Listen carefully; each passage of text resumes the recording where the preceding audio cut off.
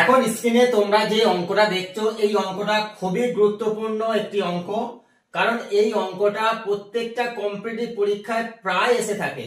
তাই এই অঙ্কটি আমরা আজকে খুব সহজভাবে দেখে নেব। তো চলো, অঙ্কটি এরকম: দুটি বৃত্তাকার চাকার ব্যাসার্ধ যথাক্রমে 12 সেন্টিমিটার এবং 8 সেন্টিমিটার। নির্দিষ্ট দূরত্ব অতিক্রম করতে ছোট চাকাটি 120 বার ঘোরে, তাহলে বড় চাকাটি কতবার ঘুরবে? এখানে বড় চাকা এবং ছোট চাকার ব্যাসার্ধটা বলে দিয়েছে। এটা যদি একটি বড় চাকা হয় এবং তার ব্যাসার্ধ বলে দিয়েছে কত? 12 সেন্টিমিটার। আর এইটা হলো একটি ছোট চাকা।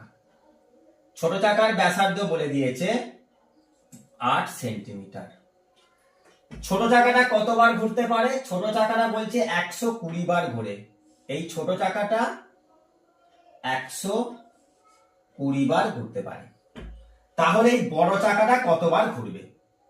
এই বড় চাকাটা কতবার ঘুরবে? দেখো, আমরা এখান থেকে কি করব, এই কোণাকোণি একটা লাইন টেনে নেব।